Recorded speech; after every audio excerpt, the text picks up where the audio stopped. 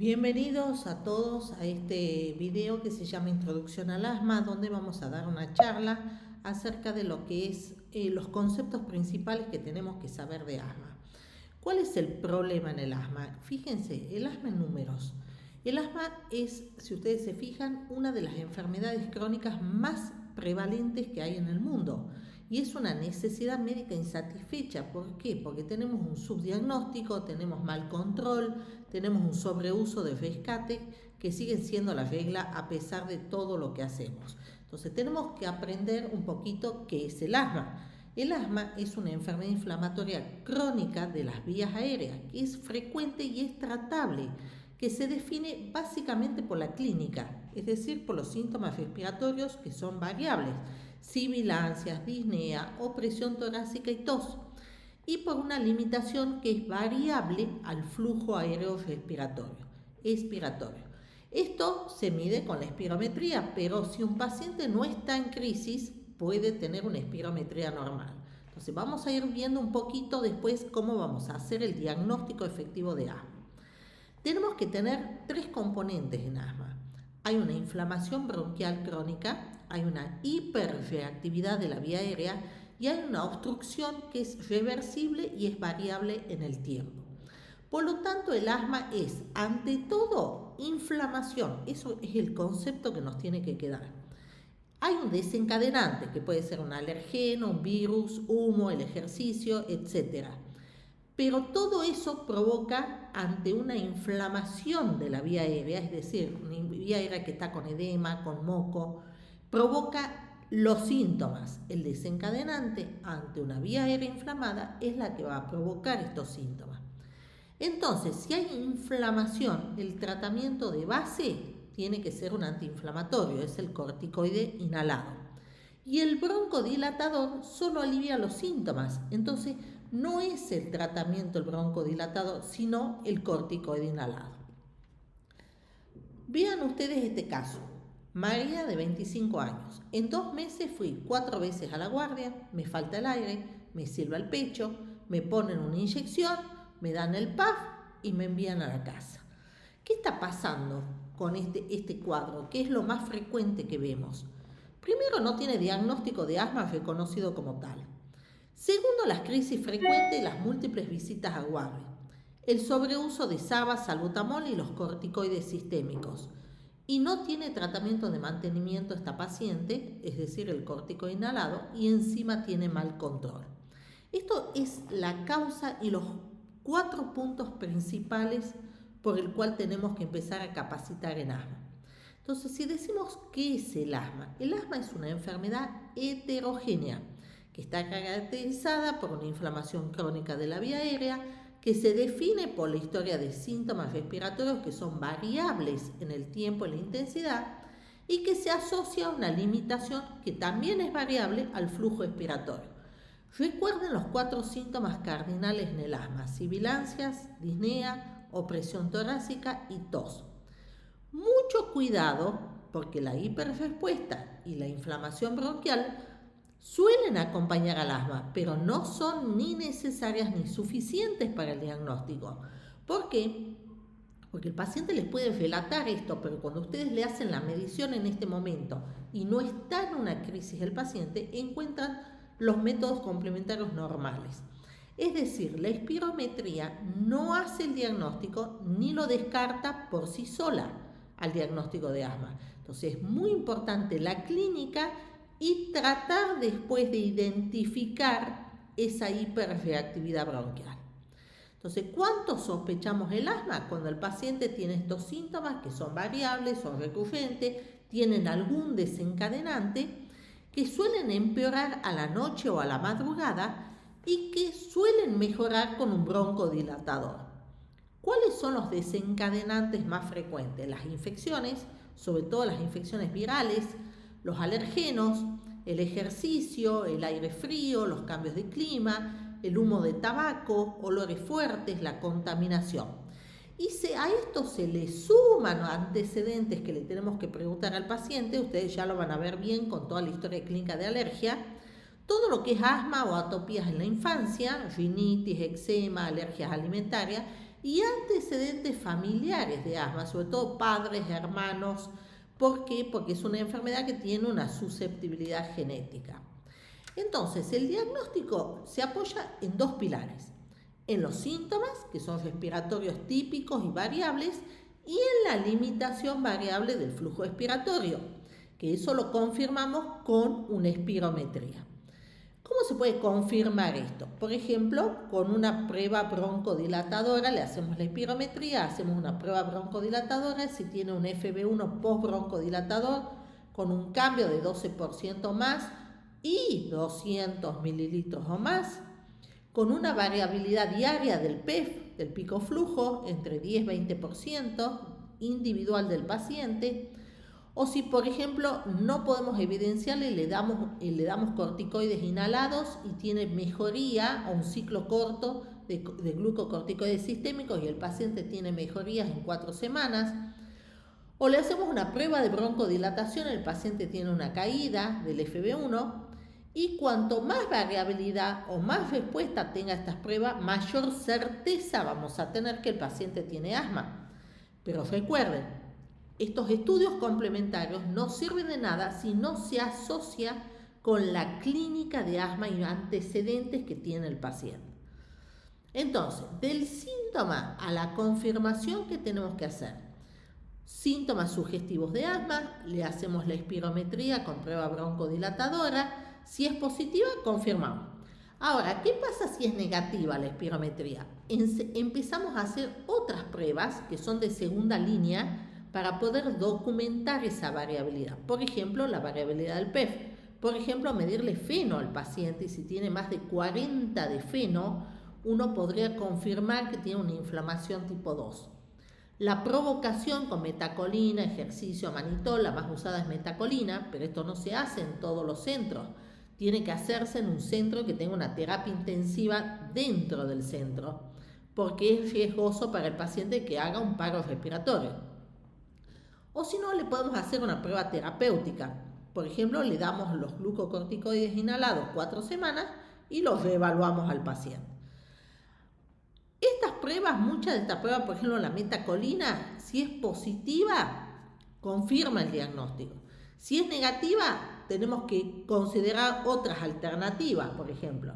Pero no siempre estas pruebas confirman totalmente o descartan totalmente el asma. Por eso nos apoyamos en los métodos complementarios, pero la base del diagnóstico es la clínica. Una espirometría normal no descarta el asma.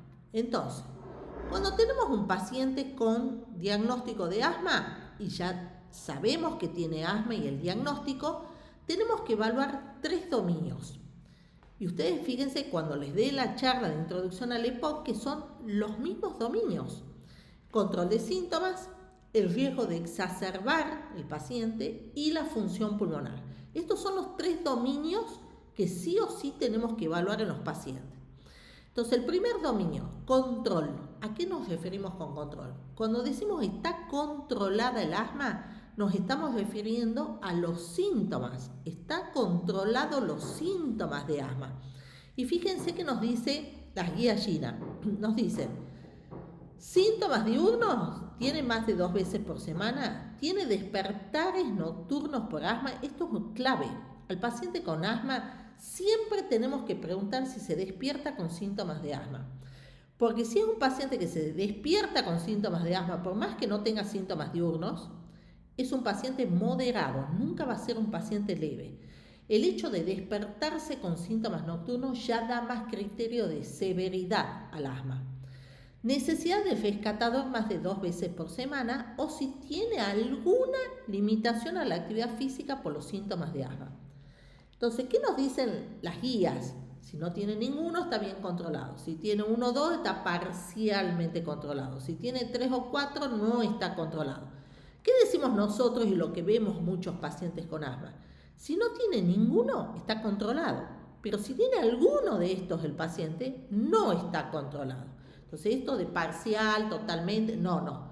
O está controlado o no está controlado. Entonces, estas son las 4 preguntas clave que siempre le vamos a hacer al paciente en el seguimiento. ¿Qué factores de riesgo? Factor de riesgo para tener exacerbación. Y ya hay algunas señales de alarma que cuando yo lo veo al paciente o le pregunto al paciente, ya me va a hacer sospechar que este paciente va a tener un mayor riesgo de exacerbar. Y después vamos a ver por qué es importante esto de las exacerbaciones y de determinar y tratar de que el paciente no exacerbe a futuro. Por ejemplo, se usa mucho SABA. Por ejemplo, si tiene otras comorbilidades, por ejemplo, obesidad, rhinosinusitis crónica, intolerancia a AINES, el embarazo en algunos casos, exposiciones, fumar, tiene mucha humedad en las paredes de la casa, el contexto psicológico y socioeconómico, es decir, si accede o no a los medicamentos, una función pulmonar ya de entrada base, por ejemplo, baja, con un FB1 menos de 60%, eso me está hablando ya que es un paciente más severo, que tenga parámetros de inflamación tipo 2 como eosinófilos y feno, que lo vamos a ver más adelante, ya es un paciente muy probablemente más exacerbador que otro. Si alguna vez estuvo intubado en una unidad de terapia intensiva y en ARM, ese paciente va a ser más severo. O si ya ha tenido más de una exacerbación en el último año. El hecho de haber tenido exacerbaciones previas ya implica que ese paciente va a ser un futuro exacerbador. Pero fundamentalmente el mal control. ¿Por qué pensamos tanto en el control del asma? Porque es el principal riesgo de tener exacerbaciones en un paciente que no está controlado. ¿Por qué me interesa esto de las exacerbaciones? Cada vez que un paciente se exacerba, toma corticoides y ciclo de corticoides. Y nosotros siempre pensamos en la corticoterapia o la corticodependencia cuando el paciente toma todos los días corticoides. Y fíjense que no. En el respiratorio nosotros decimos es corticodependiente cuando ya tomó 2 ciclos de corticoides de más de 3 días en el último año. O cuando tiene una dosis acumulada, nosotros vamos sumando todos los corticoides que se puso en el último año y ya tiene más de 0,5 miligramos de meprednisona. Y qué decir, más de 1 gramo de meprednisona. O si el paciente todos los días está tomando corticoides los últimos 6 meses. Estos 3 casos ya implican en asma corticodependencia. ¿Por qué? Porque ya se ha visto que cualquiera de estos 3 casos va a aumentar el riesgo de eventos adversos por corticoides sistémicos. Por ejemplo, osteoporosis, fracturas, obesidad, dislipemias, diabetes, ansiedad y depresión, trastornos cardiovasculares, cataratas, trastornos gastrointestinales. Todo lo que ustedes ven arriba ya se produce con más de 0,5 de meprednisona anual. Ustedes piensen en sus pacientes cuántas veces van solos a pedir una dexametasona en la guardia o en la farmacia y se aplican solos la medicación. Entonces, tengamos muy en cuenta el riesgo de exacerbación con el riesgo del uso excesivo de corticoides sistémicos. Y el último punto, la función pulmonar. ¿Por qué tenemos que ver la función pulmonar? Porque fíjense este cuadro. Un paciente, cualquiera paciente, pero en asma, sobre todo, que no le damos a veces tanta importancia a la espirometría, que persistentemente tenga un FB1 menos de 50%, ese paciente se les puede morir, aumenta la mortalidad por cualquier causa, no solamente respiratoria. Puede ser diabetes, puede ser cardiovascular, cualquier otra patología crónica, aumenta la mortalidad por el solo hecho ya de tener una función pulmonar baja y una declinación de la función pulmonar a lo largo del tiempo. Entonces, los 3 dominios, control, exacerbaciones y función pulmonar. Bueno, vamos al tratamiento. ¿Cuáles son los objetivos del tratamiento? Tenemos 2 objetivos grandes: reducir los síntomas y reducir los riesgos de exacerbación. Si yo logro reducir los síntomas y reducir los riesgos, voy a evitar que decline la función pulmonar de ese paciente a lo largo del año. Entonces vamos a ver cómo hacemos esto. A veces las guías, cuando leemos, ya tenemos GINA 2026 y GEMA 5.5, a veces las guías no nos dejan muy en claro cómo empezamos el tratamiento en los pacientes. Y esto es un algoritmo que nosotros diseñamos desde GANOA para toda la atención primaria de la provincia y es la que usa la atención primaria de la provincia. ¿Cómo les enseñamos los médicos de atención primaria? Usted tiene diagnóstico de asma por síntomas, pídale una espirometría. Nosotros tenemos la forma de que ellos en la atención primaria hacen espirometrías o si no pueden derivar a centros de más alta complejidad en donde se hace la espirometría y se le envía una foto a neumonólogos que les informan la espirometría. Entonces les decimos como para decir leve, moderado, severo para que se orienten dónde están parados sus pacientes. Les decimos evalúe los síntomas diurnos, los síntomas nocturnos, el uso de SABA en el último mes y las exacerbaciones en el último año. Y fíjense, si no tiene todos los días síntomas diurnos, no tiene síntomas nocturnos o no tiene uso de SABA todos los días y tiene menos de 2 exacerbaciones el último año, si no tiene nada de esto, no usó corticoide sistémico el último año, no tiene nada, le decimos, bueno, paciente leve. Podríamos iniciar con un corticoide inhalado solo. Ese es el paciente que generalmente no consulta, no viene a la consulta. ¿Cuál es el paciente que viene a la consulta? El que sí tuvo algo de esto, entonces por eso está consultando. Y después tenemos el otro, el moderado, que ya tiene síntomas todos los días, generalmente es el que consulta.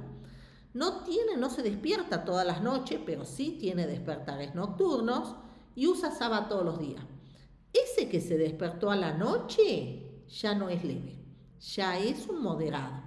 Y si le decimos si tuvo por lo menos una exacerbación, pero no más de 2, por lo menos una exacerbación, es moderado.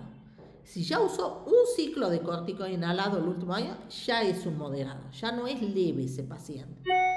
Y después tenemos el severo, es ese paciente que todos los días tiene síntomas, usa SABA, se despierta todas las noches y ya en el último año tuvo más de 2 exacerbaciones, 2 o más con uso de corticoide sistémico. Entonces, de esta forma muy fácil, les podemos decir a los médicos de atención primaria y nosotros tener en la cabeza qué hacemos en forma fácil, con el control, con las exacerbaciones, poder determinar o decir a este paciente, bueno, es leve, moderado, severo. Para tener una idea, ¿qué le vamos a dar? Yo les dije leve, se le puede dar un corticoide inhalado solo, pero es muy poco frecuente que sea un paciente que consulte. ¿Qué le damos a la mayoría, ya sea leve, moderado o severo? Un corticoide inhalado más LABA. Se empieza con una terapia dual. El corticoide inhalado más un LABA. Y se le dice, tiene esto de medicación de rescate. Salbutamol solo, como ya vamos a ver, ya no se da más. De rescate le damos con corticoide inhalado, no solo. O si no, se le puede dar en un dispositivo budesonida formoterol. A ver, hay un concepto que siempre le dejamos a nuestros médicos de atención primaria. No importa el rescate que use el paciente. Si usa rescate, está mal controlado.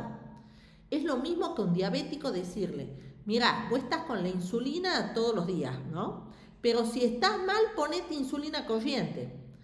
Y ponete insulina corriente. Capaz que te pones 10 veces al día, 20 veces al día, una vez al día. ¿Qué pasa con ese paciente que se está poniendo insulina corriente?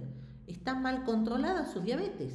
Bueno, en el asma pasa lo mismo. Un paciente que está usando rescate es porque no está controlado, está con síntomas. Entonces tenemos que rever qué está pasando con el paciente. Y por supuesto dependerá la dosis del corticoide inhalado que le demos. Si es leve, le vamos a dar una dosis baja. Si es moderado, una dosis media. Y si es severo, una dosis alta. Siempre asociado a un LABA. Regla de oro en el tratamiento del asma. Todo paciente con asma tiene que recibir el corticoide inhalado de mantenimiento. Según China, que ya por fin lo introdujeron en China 2026, el SABA como monoterapia no se recomienda en ningún escalón terapéutico.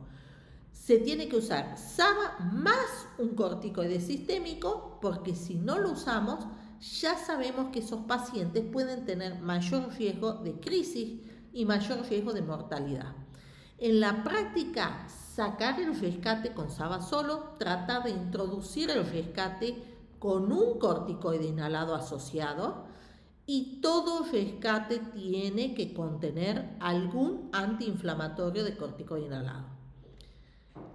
Otro tema que van a ver ustedes ahora en China 2026, que es la estrategia AIR y la estrategia MART. Ustedes van a ver en China dos track de tratamientos, ¿no? El track 1, que ellos le llaman preferido, yo no me parece que sea preferido, sino que es track 1 y track 2, y uno podría utilizar cualquiera de los dos. El track 1, ellos dicen, es corticoide inhalado formoterol, que se puede usar de mantenimiento y se puede usar de rescate, el mismo medicamento. Y el track 2, que es un corticoide inhalado más cualquier otro LABA, pero de rescate se tiene que usar el corticoide inhalado más un SABA.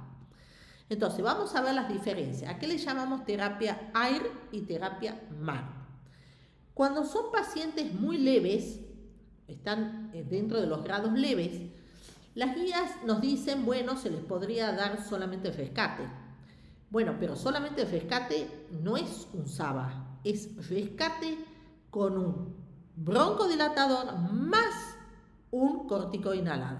Es decir, que usamos, por ejemplo, corticoide inhalado formoterol, budesonide formoterol, solo de rescate, sin una dosis fija de mantenimiento.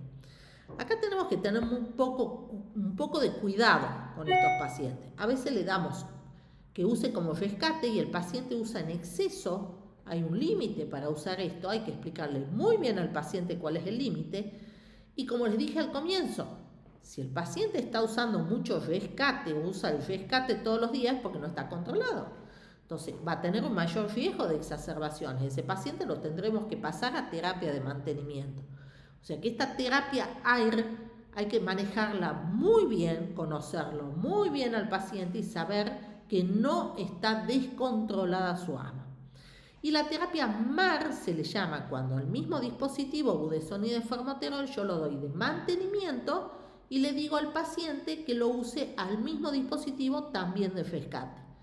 Con la misma precaución, explicándole al paciente que si usa rescate tiene que venir a la consulta. Entonces, esto es lo que les decía de la terapia AIR-MAR. Vamos a ver qué hacemos. Ya le puse el tratamiento de inicio al paciente. A los 3-4 meses hacemos un control.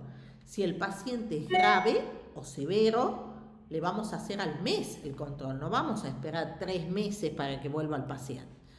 Entonces, la primera consulta hago el diagnóstico. Luego evalúo la severidad. Ahí le indico el tratamiento. ¿Qué hago después? ¿Cómo lo sigo? Cuando viene el paciente nuevamente, vuelvo a evaluar el control, el factor de riesgo de exacerbación y veo si tengo que ajustar el tratamiento. La siguiente visita hago lo mismo y las siguientes visitas hago siempre lo mismo. Evalúo el control, los riesgos de exacerbaciones y ajusto el tratamiento. ¿Qué tengo que controlar en cada visita? Control de síntomas, exacerbaciones, el uso del rescate, no importa qué rescate sea. Y antes de subir un escalón, es decir, subir la dosis del corticoide inhalado, reviso si lo usa bien al inhalador, si lo usa, es decir, la técnica, la adherencia al tratamiento, si tiene otras comorbilidades que están haciendo que no tenga control, está usando bien la medicación y que tenga otras comorbilidades, por ejemplo, rinitis, sigue fumando, obeso, reflujo gastroesofágico, poliposis nasal, sinusitis, que sean otras comorbilidades que están empeorando su asma y que tengo que tratarlas, y vacunarlo. Por supuesto, la vacunación, por favor, vacunación antigripal todos los años. El virus sincitial respiratorio en ciertos pacientes, por ejemplo, inmunosuprimidos, pacientes que están con corticoterapia, pacientes mayores de 60 años, tratar de poner las vacunas. La del COVID-19 no tenemos vacunas actualizadas actualmente, pero sí las otras vacunas, sobre todo la de la influenza A. Así que tratemos de prevenir, evitar infecciones virales. ¿Qué nos dice China 2026? Si el paciente, por ejemplo, está en el paso 3, yo lo tengo con corticoides inhalados en una dosis baja más un LABA, tengo dos opciones, por ejemplo. El pack 1, si viene con budesonide y formoterol, subo la dosis y acuérdense que el mismo pueden usar el rescate. Pero si viene con otro que no es budesonide, por ejemplo, budesonide salmeterol en el paso 3 y el paciente no está controlado, subo la dosis de la medicación. Esto lo mismo nos dice GEMA 5.5, siempre teniendo la prevención del rescate. Si el paciente le dice, estoy muy bien, pero está usando el rescate, ese paciente no está bien en ese escalón, tendré que ver qué hago o el ajuste de dosis que hago. Entonces, nosotros cómo le enseñamos a los médicos de atención primaria. Seguimos con este mismo cuadro. Entonces, le decimos, la próxima vez que venga el paciente, vuelvan a reevaluarlo. Si estuvo acá en leve y está bien, sigan bien. Si estaba moderado, está bien, sigan igual. Si está mal el paciente, mal controlado, exacerbaciones, subo la dosis de la medicación.